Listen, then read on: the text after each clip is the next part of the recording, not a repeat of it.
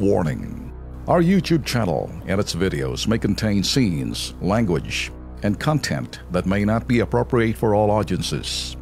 These videos include surveillance footage, undercover pursuit of suspects, actual police and rescue operations, and fearless confrontations. If you do not approve of the content, please do not watch our videos. If you wish to continue, we strongly advise that you proceed with caution. Viewers' discretion is advised.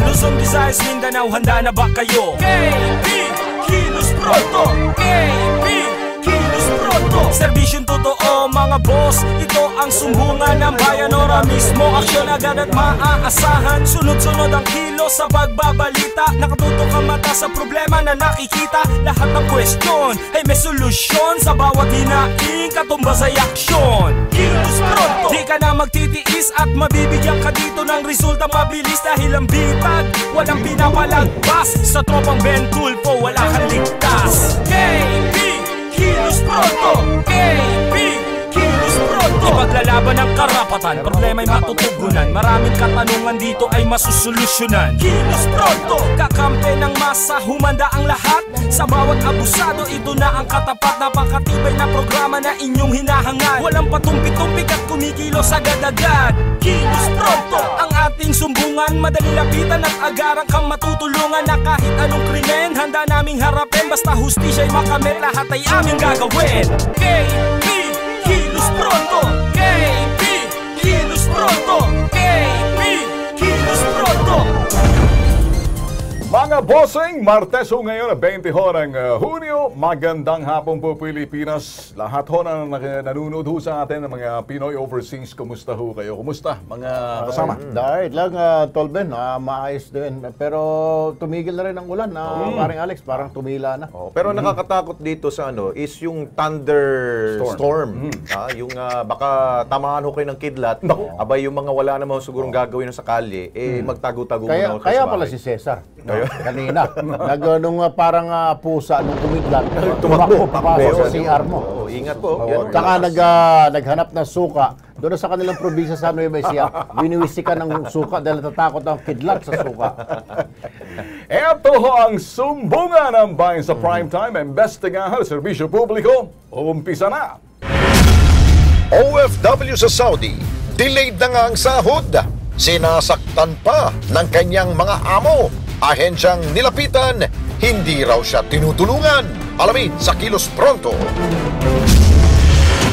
Pinay sa Saudi, nagpasaklolo. Kahit may sakit walang tigil sa trabaho. Nabinat, ayaw ipagamot ng amo. Alamin sa Kilos Pronto.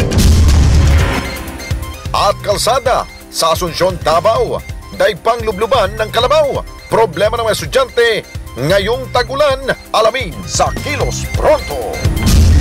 Sumbungan, imbestigahan at balitaan.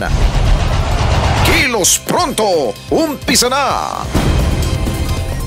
Alam mo to, Lerwin at Lex, mga ganitong klaseng sumbungan talagang pinapatulan ho namin. Pag pinadala ho sa atin dito, wala ho kaming tangge. Kahit na ano pang lupalop ng Pilipinas yan. Isang reklamo ang pinadala ng sa Kilos Pronto sa social media page namin na isang concerned citizen sa barangay Buklad sa bayan ng Asunsyon, probinsya ng Davao del Norte. Ang kanilang kalsada may stulan na raw, lubluban ang kalabaw dahil sa sobrang lalim at kapal ng putik. Nahihirapan na raw silang dumaan sa kalsada, lalo na ang mga estudyante na pumapasok sa eskwelahan. Matagal na raw nilang inilapit ang problema sa lokal na pamahalaan ng Asunsyon, Davao del Norte. Marami na raw nahulog sa ilog na malapit sa kalsadang lubak-lubak.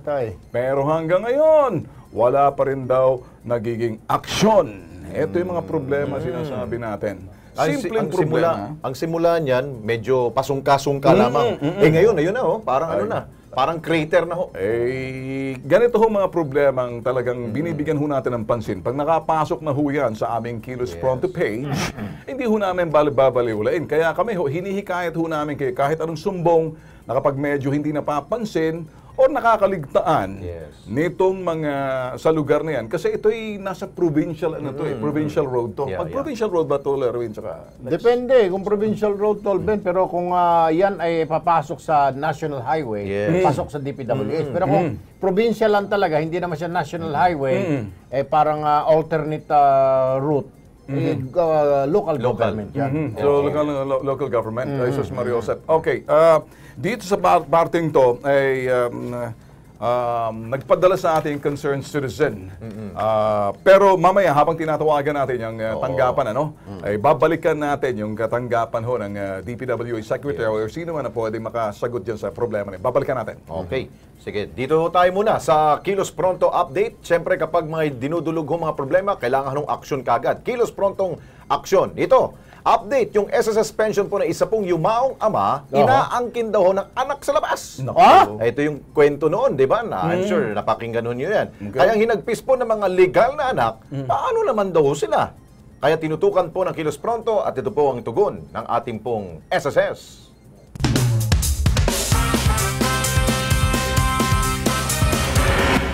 Noong 8 ng Hunyo, lumapit sa Kilos Pronto si Marvin Ortiz upang humingi ng tulong na makuha ang SSS pension ng kanyang yumaong ama na solong napupunta lamang sa kanyang kapatid sa ama. Hirit ng kapatid, kabayaran daw ito sa pagtalikod ng kanyang ama sa responsibilidad. Dahil ni Singkong Duling ay hindi raw sila nabigyan. Talagay ko walang property yun. Iyo, sa basa ko lang. Ha? Dahil talaga, baka pinakinabangan niya lang SSS ng tatay niya. Anyway. Kilos Pronto kaming nakipag-ugnayan sa Social Security System o SSS sa lungsod ng Quezon upang bigyan ito ng solusyon. Malilibet, good afternoon. Yung kwento niya, 2005, yumao ang kanyang ama pero beneficiary siya dahil minor de edad, so si ate na kanilang half-sister ang nag-claim. Nung may claim na yung pension ni tatay, pinalayas na silang tatlo. Ngayon, ang tinatanong niya, Ma'am Lilibet, hinahabol niya yung 1 year pa para sa kanya, sa kapatid niya, 2 years pa, at kung pwede raw yung mga naibayad doon kay ate nung minor sila, makukuha pa ba nila yon, Ma'am Lilibet? Kasi kung may SS yun, doon namin babawiin sa kanya. Babawian natin yan. Saka iimbestigahan siya. Kinabukasan, agad naming sinamahan si Marvin Ortiz upang idulog ang kanyang reklamo. Agad namang inasikaso ito ng SSS upang kunin ang mga kinakailangan dokumento at impormasyon. Refer ko na kayo sa taas para ma-hold na. Matapos ang ilang oras na pagpoproseso, tagumpay na napahinto ang monthly pension ng kanyang ama na solong kinukubra ng kanyang kapatid sa ama. At pagdating niya ng 21 ay muli nang bubuksan ang pensyon ng kanyang yumaong ama at sa kanya na ito may bibigay. Kung inyo matatandaan, mga kasama, ito yung may natitira pa siyang 1 taon pa bago siya mag-21. Kasi 20 pa lang siya ngayon. 20 pa lang. So, pwede niyang namnamin muna yung mga susunod na mga buwan bago siya mag-21, tsaka matitigil yung pension. Pero yung sa ate at tigil na yun. Tigil na yun, Tigil na oo. talaga. Kaya siya Pati na babawiin. Babawiin daw ng Babawiin daw. SSS. Ay, Sobra. bayari si ate. Ay, kaya ho kami, sinasabi ho namin sa inyo, anumang sumbong ho na makaabot ho sa amin. Ito, for example, bago tayo sa segue rito sa mga totoong istorya, kayo ba'y gumising na maaga para makapila sa City Hall? Pagdating nyo roon, haba ng pila, abay yung mga empleyado, parang si Don at Donya ng mga empleyado ng City Hall, Kapitolyo o anumang mga provincial capital dyan, abay nagli-lipstick, nagmamasilya ng mga mukha. Bakit hindi sa bahay nila patinga-tinga. gawin yan, Tolben? Bakit sa opisina pa? Ipakilos pronto yan! Ayan. Yun ang gusto namin sabihin. Kaya ini-encourage lang natin. Ikaw, may sasabihin ka ba mga example ng mga dapat ito yung Marami mga... yan. Nako, dapat sa bahay nila ginagawa yan. Yung naka-experience na ako dyan, Tolben.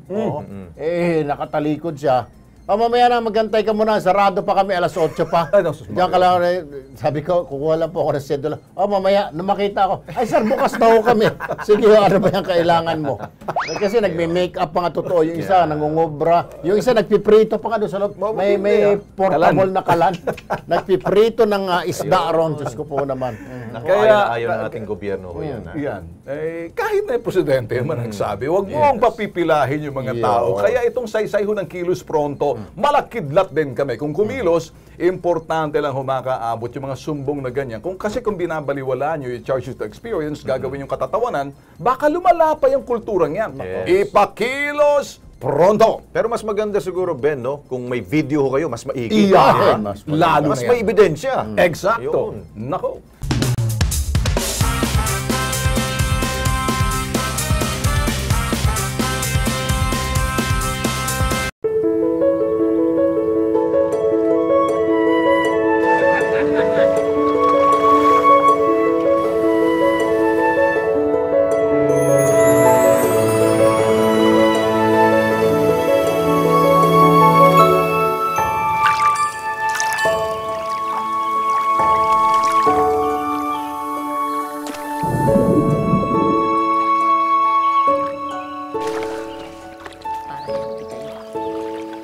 The fish are eating. So should you, anak.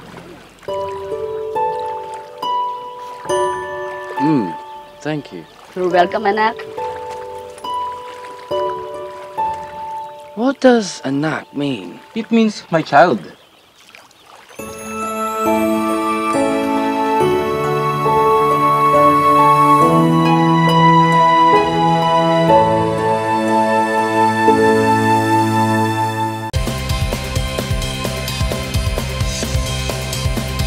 Ay, bueno, nagbabalik po ang Kilos Pronto at kasama natin dito sa studio para makatulong po sa ating pagbibigay ng agarang solusyon ang head mismo ng Advocacy and Social Marketing Division ng Overseas Workers Welfare Administration. Walang iba kundi si Miss Josephine Tobia. Ma'am, magandang hapon po. Good afternoon din po sa inyong Ginoo. Oo, talagang yan yung sinasabi ni Tolben kanina, Kilos Pronto. Eto na ha.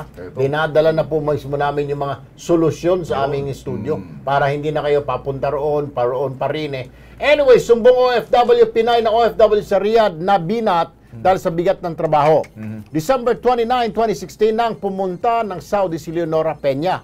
Simula na magtrabaho, lagi nakakaranas ng pananakit ng kanyang ulo at likod.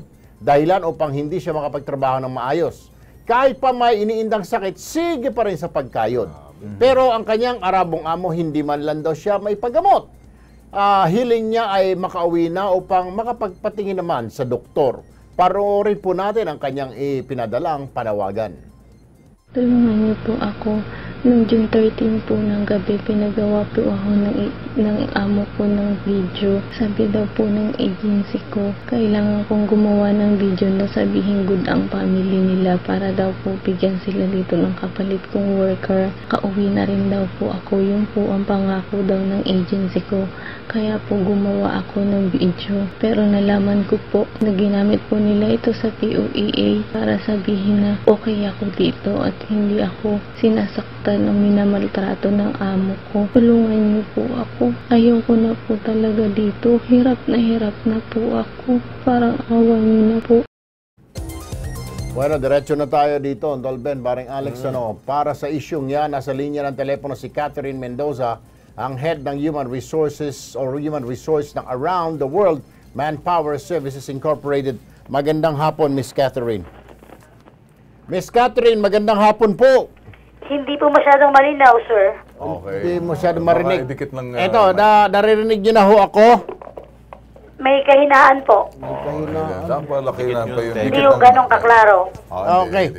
Pero ma'am, ito, medyo mahina. May lalakasan ko na yung boses ko. Todo-todo na ito. Ika nga, full volume na. Ma'am, meron po nagpadala po sa amin ng sulat na panawagan. Gusto na po siyang maialis sa kanyang amo dyan sa Riyadh, Saudi Arabia. Pero, sabi raw, bago siya paalisin doon, gumawa muna ng video. Mukhang niloloko lang siya, nilinlang lang siya. Yung video na yun, para sabihin yung agency ninyo, maganda. Hindi po ganun, sir. Ano? Gusto po siya ng video po para magpapaalam po kung talagang gusto niyang umuwi. Kasi gusto na, kailangan niya ng report informing na gusto niyang hindi po siya minamaltrato sa Saudi. Okay. Ma'am! Okay po yung employer. According sa kanya, mabait po yung worker, yung employer. Miss Catherine. Oo. Binawi niya na nga ito dahil ang akala niya nung una, pinagawa siya ng video para makauwi na siya, para mapalitan daw siya, para bigyan ng bagong DH yung amo niya. So sinunod niya. Yung pala, nilinlang siya, yung video gagamitin din sa POEA para sa lintik na ahensya ninyo, para gumanda at bumango ang pangalan ninyo sa POEA. Tapos sasabihin mo ngayon, walang problema, walang reklamo. Nagre-reklamo nga eh. Nako. Ang gusto lang ng tao ay paggamot, nabinat na yung tao, hindi kalabaw yung pinadala mo, hindi hayop, tao. Nako. Ano? So, Sir, nag-send na po kami ng report sa POEA po. Lahat po ng mga request nila, pinaforward namin sa POEA. Ma'am, tama na tayo. Sige na, sasayang yung oras namin. Saksakan, pakinggan mo ito ha. May magbibigay ng abiso, baka hindi mo nalalaman, wala ka sigurong hindi ka nanonood ng TV.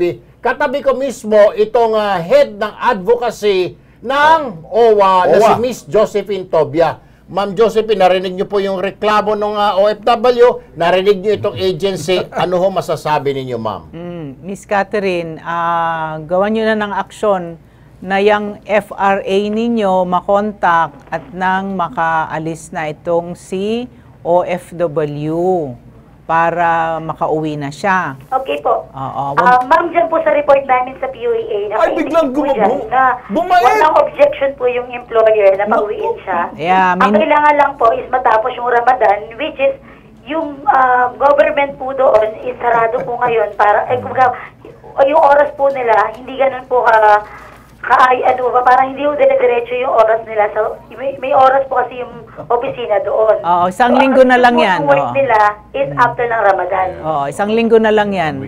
Opo, which is, yun naman po pinangako ng employer sa amin na mag-email kayo sa amin. Yan after Ramadan. Yan din na sinabi namin sa worker po. Catherine, ako naman magsalita. Siguro naman narinig mo ako. Narinig mo ako si Ben Tulfo kasama si Alex Santos, si Tulo Erwin. Live tayo sa PTV4. Narinig mo ba to? Andiyan ka pa. Live tayo sa PTV4. Kaya napapanood tayo. Naintindihan mo, sa stasyon ng gobyerno, kasamang OWA kami mismo. Kanina kasi dinideny mo. Alam mo, malapit na matuldukan yung inyong kalokohan dahil itong mga lisensya ng mga agency na kapareho nyo, abay, diretso na sa labor. Department of Labor. Hindi na yung kapareho, niloloko kayo dyan sa POEA. Akala ninyo maloloko yung tao. Malapit na matatapos ang maliligayang araw ninyo. Yung mismo sa Secretary Bello yung nagsabi niyan. Anong say mo? Mayos ka na. Anong say mo? Taga-report lang po ako sa boss ko. Sige, sabihin mo sa boss mong magaling, pupukpukin namin sapatos sa ulo ni Tol Erwin niya pag hindi siya umayos. Alright? Ma'am Josephine, tanong ko, bakit ganun? Kailangan ng video. Siguro may atraso itong ahensya na ito. Kaya pinadala pa sa POA. Sabi na, parang under duress. Magsalita ka ha. Gandahan mo yung sinabi mo ha. Para mapalitan ka. Nagpapabango ng image. Pero may problema na siguro. Ay siguro para mabawasan. Akala nila mababawasan pag may video. Anyway, Catherine, nandiyan pa ba yung Catherine na yan? Nandiyan ka pa, Catherine? Yes, sir. Hoy, ngayon ay 19, 20 bukas. Gusto ng Kilos Pronto, naming tatlo ni Tol Ben, Alex Santos at ako, myself, at Ma'am Josephine Tobia. Yang OFW dito ay magre-report sa first week ng buwan ng July. Pwede ba yun? Magagawan ba ng paraan? Magagawan mo ng paraan? Pagkatapos ng Ramadan. Pagkatapos ng Ramadan yun, 1 week from now. 6. Sagot!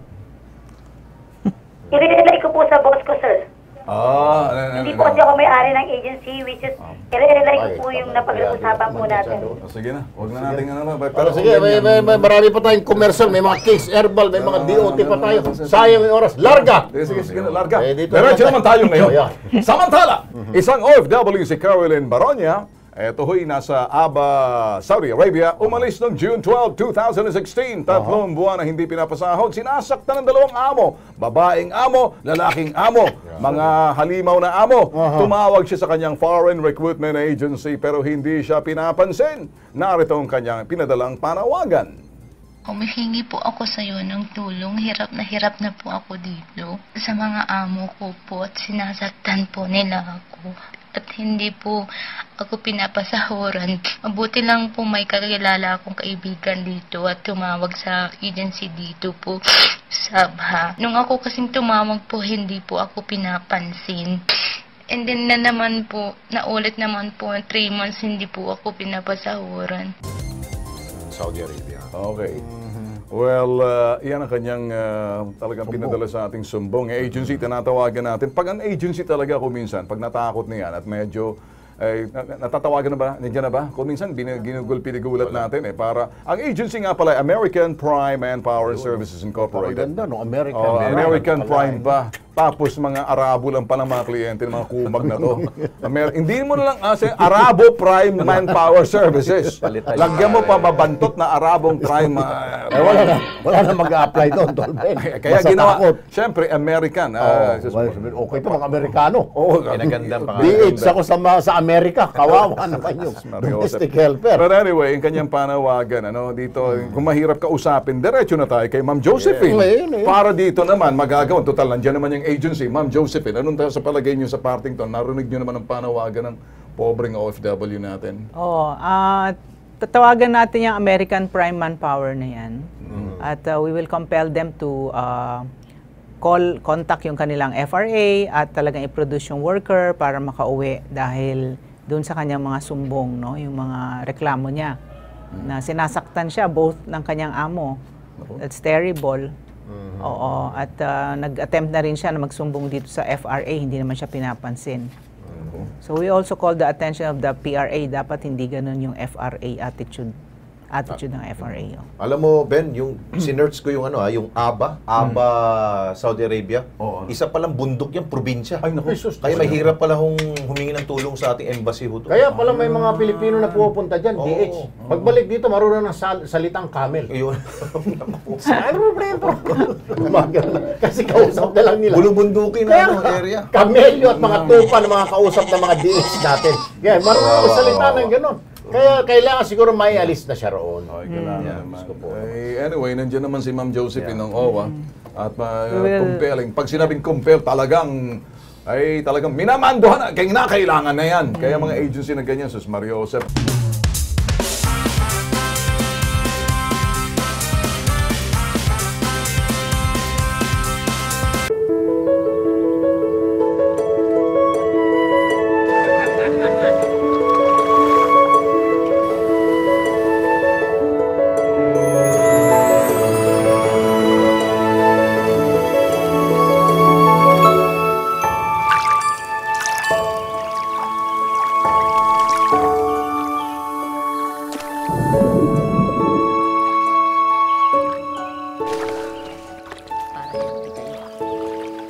The fish are eating. So should you, anak.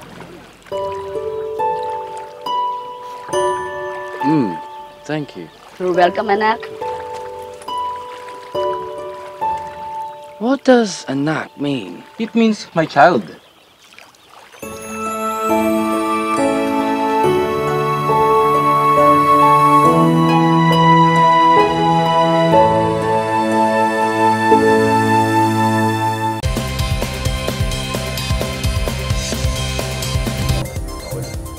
Okay, diretso tayo. Bati muna rito sa mga nanonood sa Macau, si Suzette Cafino. Sabi niya, sila daw nanonood ngayon sa atin. Good afternoon dyan sa Macau. Ito, si Josie Basila, watching from London. Hello mga sir. Uy, ingat kayo. Grabing sunog. Si Sheila Gayanelo, ang solusyon niya sa mga problema ng OFW natin, Tolben. Sana stop na ang pagpapadala sa Middle East. Yun. Yun naman ang ni President Duterte. Pero hindi naman lahat ata, Ma'am Josephine, na ganyan ang sitwasyon. Para mo na rin pinarusahan lahat. Across the board, mahirap din Oo. Ang Bahrain naman at Qatar, wala naman tayo natatanggap. May mga titino naman. Ito naman, watching from Riyadh. Hello mga idol, si Elia. Ito, Ella Pableo. Ay, Jesus. Ito, si Gloria Montejo, kawawa talaga ho ang mga DH. Pag inabuso sila. Balik tayo ron sa reklamo kanina. Okay, tingnan natin to, si si Engineer Raul Magbanglo, ay Head Provincial Engineering Office in Davao del Norte. Ay sumagot, ha? Nandiyan na. Ay sumagot, pero sabi kanina na ito ay nangako na sila, nasilip na nila, aayusin na nila. Ay tingnan na natin yan. Kayong mga nanonood dyan sa Davao, doon sa lugar, Davao del Norte, sa Barangay Buklad, Asuncion, Davao del Norte, malalaman namin sa sumbong din ninyo. Kayo rin naman nagpadala sa amin. So, ay papaniwala kami na talagang gagawin nila Kilos Pronto. Total, national naman tayo, napapanood naman tayo sa television. Kung anong inyong sumbong, yun din ang pakita nyo lang sa amin kung may aksyon. Kayo na mismo ang aming mga undercover. Yun, tumayo kayong reporter namin. Yun lang. Ayan. Ito naman. Okay, Tol Erwin. Bueno, cambio muna tayo, Tol Ben, parang Alex. Isang Pinay na OFW ang naging biktima ng pagmomolestya ng dalawang manyak na Arabo. Okay, basta sa kanyang kwento, Tol Ben, hindi yung amo niya. Hindi yung amo. Inutusan daw si Mina ng kanyang amo na lumabas nung May 7, alauna ng madaling araw. Anong klase naman yan? Yun ang problema doon. May nakasalubong di umano siyang dalawang Arabo na nambastos sa kanya. Saka nangyari yung pangmomolestya. Nagreklamo siya sa kanyang agency, pero sinabihan pa raw siya ng agency na magstay lang daw siya. Kasi finger lang naman daw. Sino ba yung lintik na agency na yan? Kasi yun lang daw. Mabuti raw, hindi siya ni-rape. Rape na rin yun eh! Rape na! Ayun ang sagot sa kanya ng PRA. Finger lang yan, Day. Huwag ka magproblema. Anyway, kasama pa natin sa studio live ang ina ni alias Mina. Ma'am, magandang hapon po. Magandang hapon po, sir. Ito po yung reklamo ng anak ninyo. Opo, sir. Hindi po yung amo ng molestya, linawin ko lang, kundi yung nakasalubong sa kalsada. Bakit nga pala siya pinalabas alauna ng madaling araw? Ano? May pinabalik daw po na gamit doon sa tatay ng ng amo niya. So lumabas siya ng bahay para ibalik alauna ng madaling araw. Opo. Okay, nung pagkuha, pabalik na daw siya, may humarang sa kanyang dalawang lalaki. Yun, hinawakan daw siya. Pinasok daw siya sa sasakyan. Okay. Tapos doon nga daw, pinaghahawak lahat. Pinasok daw yung kamay sa kaya siya nagsisigaw. Hanggang binitawan daw siya, nakatakbo siya. Anong gusto ng anak ko ninyo? Mailipat siya, maalis siya doon sa lugar? Hindi po, sir. Uuwi na lang daw po siya. Uuwi na, ayun. Nagka-trauma siya eh. Ayun. Yan yung sinasabi ko, Mama Josephine. Anyway, Tolben, paring Alex, tignan mo kabastusan ito. Tumangging makipag-usap sa programa natin ang First Personal Services. Pero, nangako na lamang natutulungan ng OFW. Ano pangalan to? First Personal Services. Ngayon, nakarating na yung sumbong. Ngayon, magaling kayo magsabi na tutulungan ka agad. Nung siya pa lang kausap nyo, okay lang yan, Day, kasi finger lang yan. Ito mo katarantaduhan nito, Tolben. Mabuti kayo, hindi lang kayo pinifinger, pati taenga ninyo, pang wet packs ninyo, lahat yan. Ganyan sa inyo. Rape na yan! Pag ganyan ginawa mo sa isang babae, rape na yan. Bueno, ma'am, ganito na lang mo po, para mapabilis. Kasama na, maswerte ho at nandito po si Ma'am Josephine ng OWA, mismo yung head ng advocacy. Ma'am Josephine, narinig niyo naman yung reklamo, Diyos ko po naman. Grabe ang ganyan. Parang hindi raw rape, ang sabi pa ng agency, pininger ka lang naman. Ikon natin yan, patatawag natin yung agency at paliwanag niya bakit gano'n ang kanyang mga sinasabi sa ating OFW. Ma'am, kailangan po ba ng immediate intervention ng embahada rito para maialis na kagad siya doon sa lugar? Yes, definitely. We will check on the agency.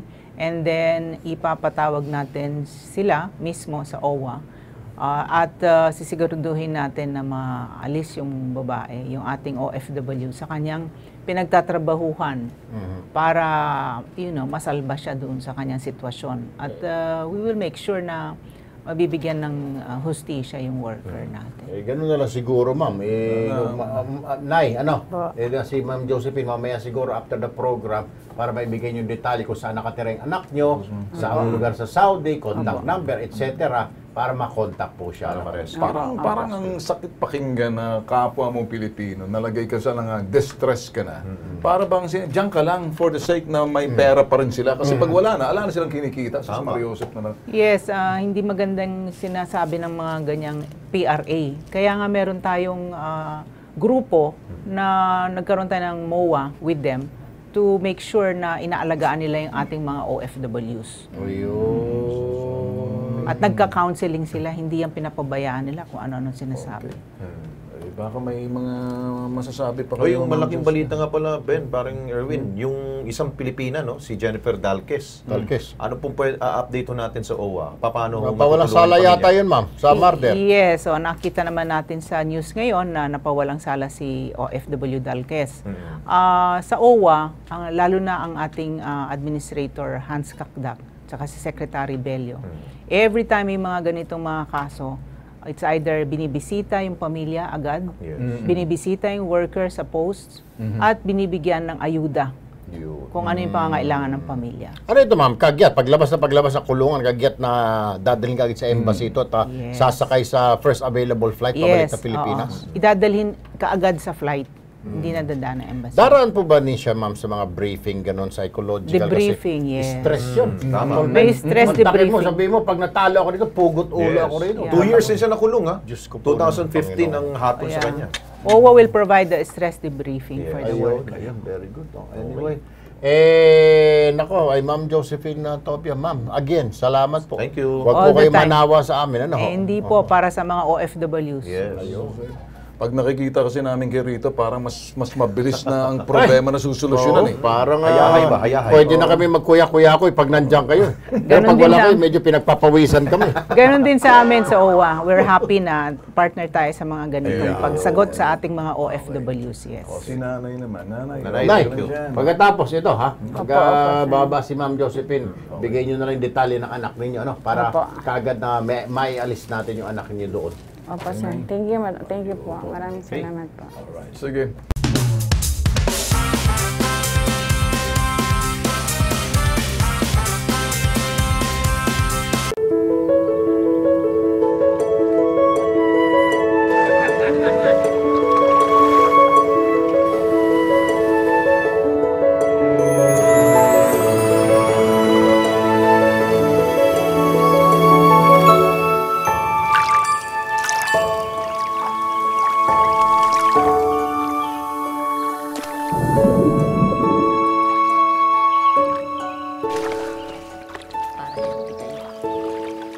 The fish are eating. So should you, anak.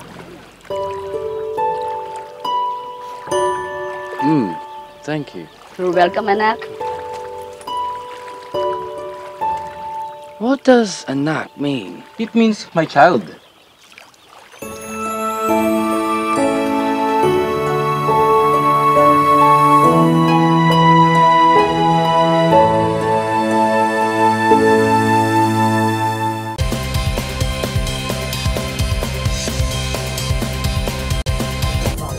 Okay, balikan natin yung reklamo sa Davao del Norte. Yun hong sa barangay, ito ay barangay Buklad, Asuncion, Davao del Norte. Ay balikan natin si Engineer Raul Magbanglo, Head ng Provincial Engineering Office in Davao del Norte. Sir, magandang hapon ho sa inyo. Yes, sir. Magandang hapon po. Hello, sir. Yes, sir. Magandang Hello, sir. hapon po. Narinig ko yung boses niya doon sa kwarto. Dito wala. Dito wala. Wala. Nandun. Sir, narinig niyo ako? Yes, sir. Naririnig ko kayo, sir. Oo. Hello? Wala yung... Walang audio. Hello, sir. Wala atang audio rito. Okay. Okay na ba? Ano, andyan? Anyway, hello, sir. Audio dyan. Narinig ba natin si sir? Sir? Hello, yes, sir. Ayun! Sir. Sir, Engineer Raul Magbanglo. Kami, yes, sir, dudulog lang namin yung pinadalang reklamo sa amin. Nakikita mo ko sa video, yung kalsada rin, parang lubluban ng karabaw. Ngayon, malaking-malaki na. Ano hong magagawa natin dyan? At saka, ano hong timeline ho natin kung sakaling actionan nyo ho? Dahil sa social media page yung pinadala ho sa amin. Yes, sir. Actually, yung road section na yan, sir, part po yan ng provincial road. Okay. Part ng inventory namin yan. Naka-schedule na po yan, sir. Okay. Bigyan na lang natin ng priority, sir, para magawa agad. Baka bukas agad, sir, mapuntahan namin. Pinapuntahan ko kanina sa engineer namin dito. So, positive siya, sir, na part ng provincial road. Ayun. So, at least, alam namin na mas sira pala ang banda dyan. Okay. Kaysa ibang provincial road. Actually, yung provincial road kasi natin dito, sir, sa province of Davao del Norte, 839 kilometers kasi yan, sir. Kaya pala, okay. So, by scheduling yung ginagawa namin, every month meron tayo pinupuntahan na mga provincial road. Then, hindi pa siya supposedly for maintenance or for repair, pero yun nga, nung nakita namin, based nung pinapunta ko na engineer natin dito, mas bigyan natin ng priority, sir. Okay. Sir, ako may suggestion. Si Erwin Tulfo po ito. Yes, Sir Erwin. Yes, sir. Pwede, kung wala pa ka mo ipondo diha, pwede butangan ninyo ng buhangin diha o mga graba, tapos ipison para flat na siya, dili na lubak-lubak. Engineer, pwede ba na kung wala ka mong pondo diha? Yes, sir. Actually, naatay pundoan na, sir. Meron budget, sir. Salamat. Sa ako nang gingon, sir, naka-schedule po yung maintenance natin sa provincial road. Ayun, okay. Considering na naging issue yan ngayon, sir, so bigyan natin ng special attention. I-prioritize namin yan bukas, sir. Ayun. Alam mo, engineer. After ng mamayang bukas ng hapon, sir. Okay. Engineer. Nasolusyonan natin na yan. Okay, engineer, nasisiyahan ngayon yung nagsumbong ho sa atin, concerned citizen lang naman, si Tessie, tawagin na ho natin. Lalo-lalo na yung pag-announce ninyo na talagang ito'y priority nyo, ay masisiyahan. Marami na hong mga ibang mga kababayan ho natin sa ibang mga probinsya, ganun din ang problema. Kaya kami ho'y hinihikayat lang namin sila para makaabot ho sa kinaukulan. Salamat ho, engineer, ha?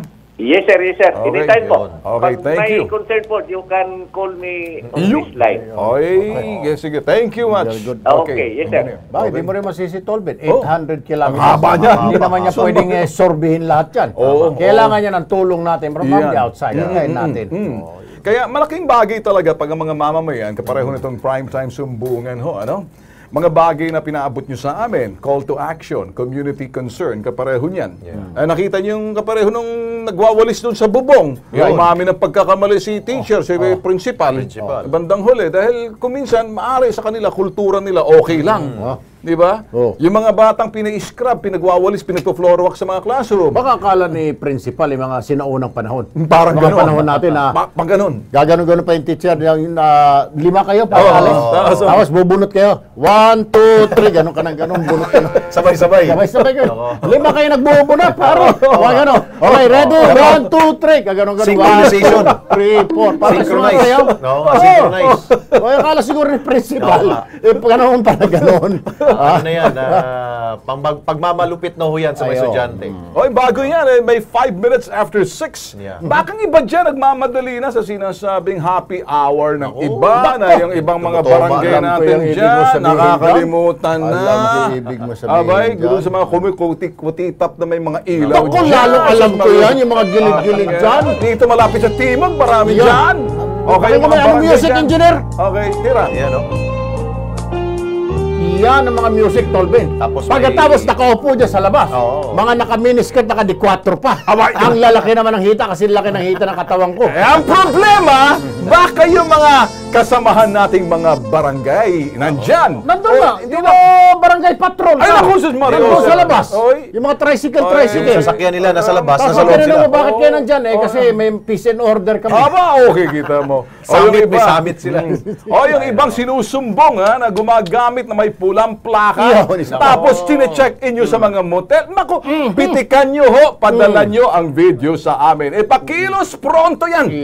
Sus Mario Joseph, yan hong pinakasaysay ho kung bakit merong kilos pronto. Hindi lang ho kami sa Luzon, ay kahit sa parte ng Visayas, Mindanao, ganyan. Ikaw, Lex, may... Pakikilusin natin sila, yung ating mga kababayan, yung pong citizen empowerment. Kayo magsumbong para madisiplina ho natin yung mga nasa kasi hindi naman kaya ng ni Pangulong Duterte lahat yan. Siyempre. Kami, pwede iparating sa amin at paparating namin sa mga kinaukulan. Yung mga tutulog-tulog, lahat po yan. Abusado, walang hiya, bastos, manluloko ng negosyante. No problem. All rolled into one. Kung ano mang problema, wag lang hong budget.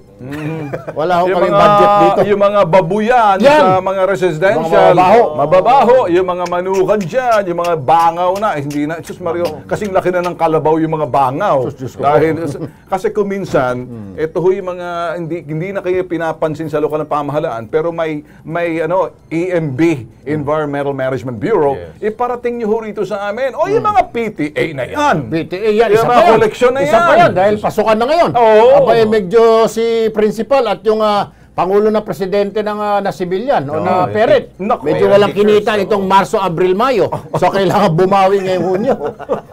Maraming mga kalokohan talaga. Ito yung sa ibang bansa naman. No?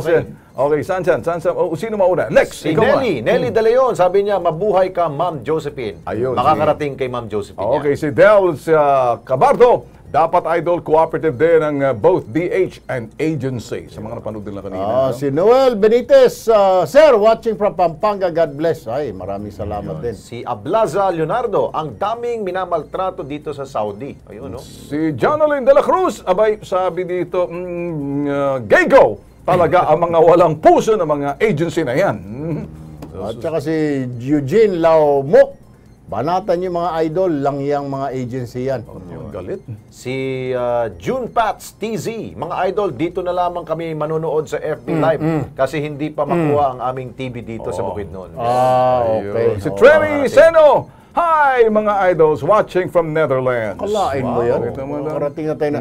At si Erdi Nicolas, watching here from Bicol Region. Yun. At si May Besana, nasa kapitbahay lang natin to. Kapitbahay Nasa lang. Thailand. Thailand lang, kalain mo. Diyan lang pala yun.